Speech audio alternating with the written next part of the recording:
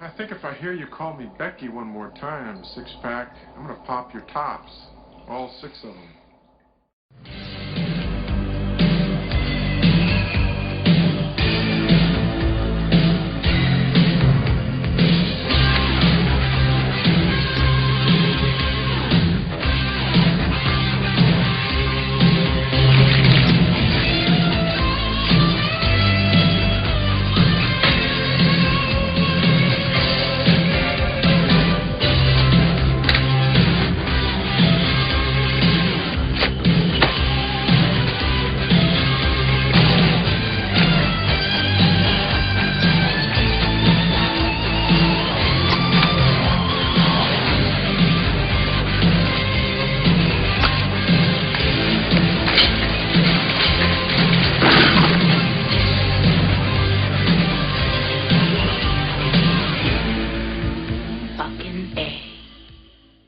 Hey folks, this is man once again, coming at you with another review for Ben, aka Exodus 1, who had sent me this film, and I was surprised by it. I did like it.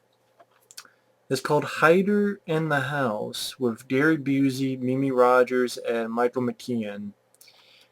You can't lock him out. He's already in. There's Hider in the House, which is a film from 1989. And yeah, I guess Lionsgate released this overseas. Not even sure if it's on DVD in the US, but um, no features. I mean, a trailer, but yeah, the film's on DVD. I've never seen this film before. I had heard about it. It's directed by a guy named Matthew Patrick. Not sure what this guy has done. If I look him up, he hasn't done too much, actually. That's too bad. After this, he did two TV movies, Tainted Blood and Night Owl, both in 1993. Then he did a short film in 2007 called The Red Chalk, and that's pretty much it. That's too bad, though. And then it was written by someone named Lim Dobbs. Now, Lim Dobbs has actually gone on to do stuff. Wow. I guess he was an uncredited writer on Romancing the Stone, but the person who wrote this film went on to write or do the screenplay for The Hard Way. I love The Hard Way with Michael J. Fox and James Woods. Also, the screenplay for Dark City, The Limey, The Score, that's the one with Robert De Niro and Edward Norton. Oh, wow, really? Wow. That's... The same writer of this wrote Haywire, the new film with Gina Carano and Ewan McGregor and such shit. Wow, that's the same Lim Dobbs who wrote same person who wrote Haywire. Wow, wrote Dark City and wrote this. Wow, the guy's still working though. But Hider in the House, a pretty interesting psychological film starring Gary Busey. And Gary Busey at this time was pretty much still considered an actor. Like nowadays, no one really takes Gary Busey seriously because he just acts very strange and weird. But it's one of those things that's sad, but because you have to wonder that's because of his motorcycle accident. In fact, 1988, he got in the motorcycle accident. He wasn't wearing a helmet, his skull was fractured, and there was fear that he had suffered permanent brain damage. A doctor described it as essentially weakening his mental filters, and causing him to speaking out impulsively. Wow, that's too bad. So I can't really, the guy, I do enjoy that I'm with Busey, that show that I think it was only a year. But that's really sad in the fact that, he was on drugs and can't really blame the guy. Whether it's before or after, I'm not sure. But still, it's one of those things where think it was after he was doing, well, he was doing drugs probably because, brain fucking up.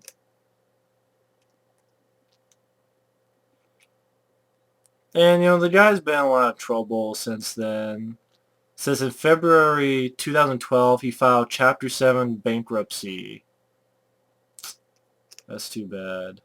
Because the guy, I mean, he started off doing stuff like he was in Thunderbolt and Lightfoot. I believe he got an Academy Award nomination for the Buddy Holly story. Which, yeah, he earned an Oscar nomination for Best Actor for the Buddy Holly story in 1978. And he's doing films like Fooling Around, DC Cab. I remember DC Cab. Love DC Cab. Silver Bullet I love. Eye of the Tiger. And then 1987 does Lethal Weapon.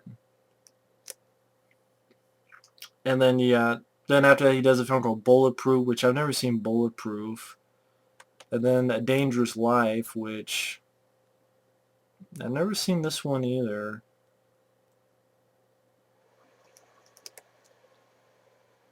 I guess it was a miniseries, actually. TV miniseries about uprising in the Philippines. And then 1989. Now you have to wonder, it said his accident was 1988. And usually they film a year before the film comes out, so he may have been done filming this and they were editing it to come out in 1989. Maybe that's why he doesn't seem to act. But even after, like, he did Predator 2, Point Break, Under Siege, Surviving the Game, Drop Zone. But then he just did stuff like Plato's Run, or small parts like in Soldier, Hot Boys, for fuck's sake. The Voice of the Ginger Dead Man. I mean, the guy nowadays is mainly doing films you never heard of, like Down and Distance, Succubus, Hellbent. Shitty films like Crooked, or, fucking Man-Eater. And now, of course, his cameo role in Piranha 3DD. It's sad, because I'm a fan of Gary Busey as an actor. He can be a really good actor, but, that's why you gotta wear your helmet when you ride your motorcycle. But he does a fantastic job in this film. If you ever see this film, see it for Gary Busey's performance. He is awesome in this movie. He's really good. Definitely, I say one of his best performances. As a character that you're iffy on, yet at the same time you feel sorry for the guy. I know this sounds strange, but you feel sorry for him. At the same time, of course, he's out of it. Now, Gary Busey plays a guy named Tom Sykes who's a victim of child abuse. When he's a kid, you can hear, they don't show it, which you didn't need to. The audio alone, and like they do it in a nice, interesting way where you get the general idea, and like you see like pictures he had drawn as a kid. And you did that he was abused by his mom and dad very, very horribly, to the point where in order to save himself, he had to commit a horrible act and burn his parents, to start a fire which killed his parents. He had to, to do it and get out of there because he kept getting abused so horribly by both of his parents. So this whole time he's in this mental institution until he's around I believe in his 30s or so. And he finally has a chance to get out. And you can tell he's a little bit on edge, like someone's giving him a hard time. And makes it because the guy's a prick, but, he gets violent, but then he holds back and he apologizes. And, they sort of, okay, you can go ahead. So what he decides to do is he finds this place that is not sold yet, this house. And this is, I know some people have a problem with the premise. Like, if you can buy into the premise is that he finds this place that's, not sold yet. He goes to the attic, and it's a big attic, but he finds a spot where he builds a wall.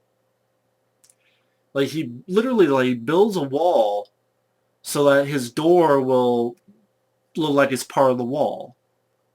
And he lives in there. Hence the hider in the house. So he lives in the attic, and he made the wall appear like, if you look in the attic, like, it's just a normal wall. So it's like he made sort of like a hidden room. Because then the family moves in, where Mimi Rogers is the mom, Michael Mckean, from This Is Spinal Tap and many other films. Uh, he's the dad, and they have a son and daughter. They move in, they have a dog. And throughout the whole film, Gary Busey's hidden in this little room that he's made in the attic. And of course, granted, I think for some people it's going to be a hard thing to buy. For instance, number one, the fact that, if he's walking around the attic and sometimes he tosses himself, you kind of wonder, wouldn't you hear that? Like, wouldn't you hear someone walking around or making noise or talking, or wouldn't you hear someone in the attic? That's kind of like, if you combine to that, which it's understandable some can't buy because, it is a leap of faith. Also, like, I kept wondering, when does this guy go to the bathroom? Like, how the hell does he go to the bathroom? How does he take a shit? Or does he just wait till they all leave? And then, like, how does he go to the bathroom?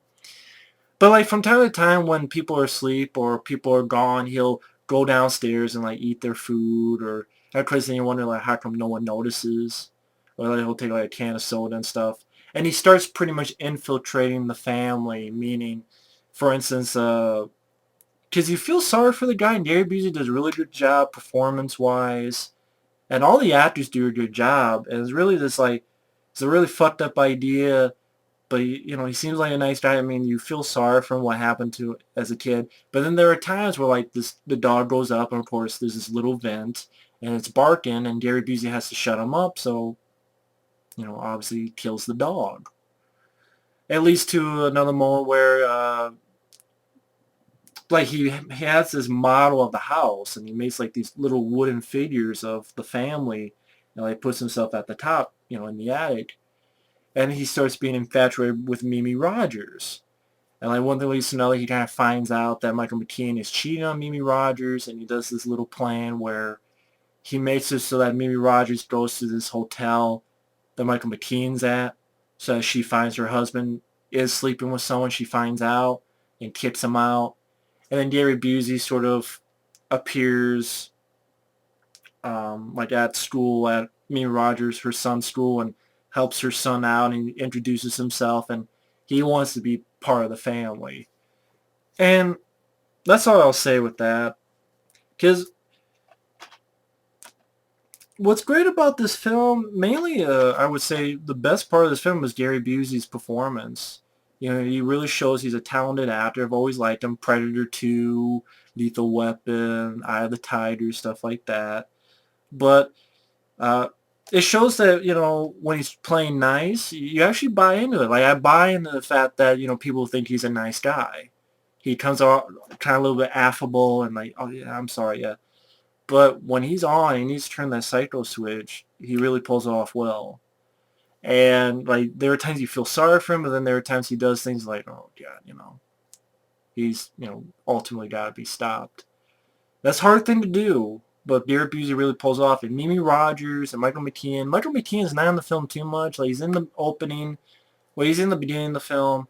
But then when his character gets kicked out, he's not in a good chunk in the middle of the flick.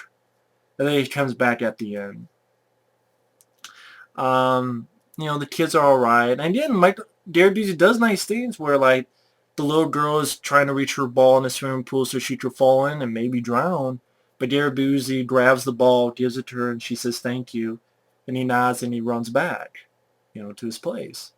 So you get that sort of, good, bad sort of quality to it. And the score is great. The music's by, especially the opening and end credits, the piece of music in that's really great. But the score is done by Christopher Young.